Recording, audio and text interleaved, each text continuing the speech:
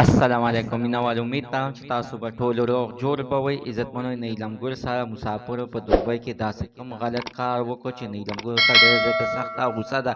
مینوالو ویل کېږي چې نیلم ګل سره مسافرو غلط کار وکړو او پیسې ورته ورنه کړلې او یې نیلم ګل غوسه ده. راځئ مینوالو ما سره د ویډیو تر اخره پورې وګورئ چې تاسو ته پوره معلومات در ورسېږي. دې معلومات نه مخکې زه تاسو ته دا یادګي وکړم تاسو کو چینل زمونږ په دې سوپر کلیک چینل کې نوي وي چینل هم نوي سبسکرایب کړئ. مهرباني وکړئ تاسو زموږ د سوپر کلیک چینل د سره سبسکرایب کړئ. خوا کې ورسره د ټالۍ نشان ووهئ چې هر یوه نوي معلوماتي ویډیو تاسو ته په اسانۍ باندې در ورسېږي. عزتمنو ته د تعارف محتاجه نه ده.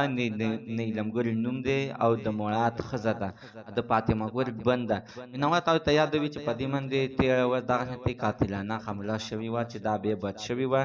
مینوال چې دا چې روغه شوله نو دا لاړه له دوبۍ ته او بیا کېده دلته کې ویډیوګانې د ځان نه سازه کړه او ویې ویل چې زما به پرانکي ځایونو کې شوګانې دي. مینوالو د شوګانو نه مخکې دا تللې وه دغسې مسافرو سره میلو شوې وه. مسافرو بیا کېدی ځان سره دیرې ته بوتلې وه. خو مینوالو ډېر د رپوټونو په وینا باندې ویل کېږي چې یعنې نیلم ګل ډېره زیاته سخته غوسه راغلې ده او ویډیو بیا کېده د ځان نه کړې ده. یعنې دغه مسافرو نیلم ګل سره دوکه کړې ده.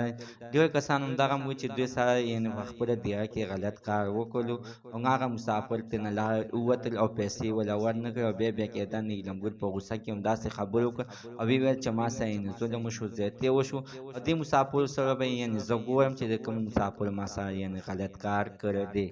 خو مینوال اوس نه پوهېږم چې څنګه غلط کار یې ورسره کړی دی. یعنې ځان ته یې په زور باندې ګډه کړې ده او یا یو څه چې داسې د پیسو لپاره ورسره یعنې نور څه داسې څه غلط کار کولو خو ورسره کړی دی او بیا هغوی خپل حاجت پوره کړی دی تللي دي تېنه او نیلم ګل ته یې پیسې نه دي ورکړي نو غوسه ده.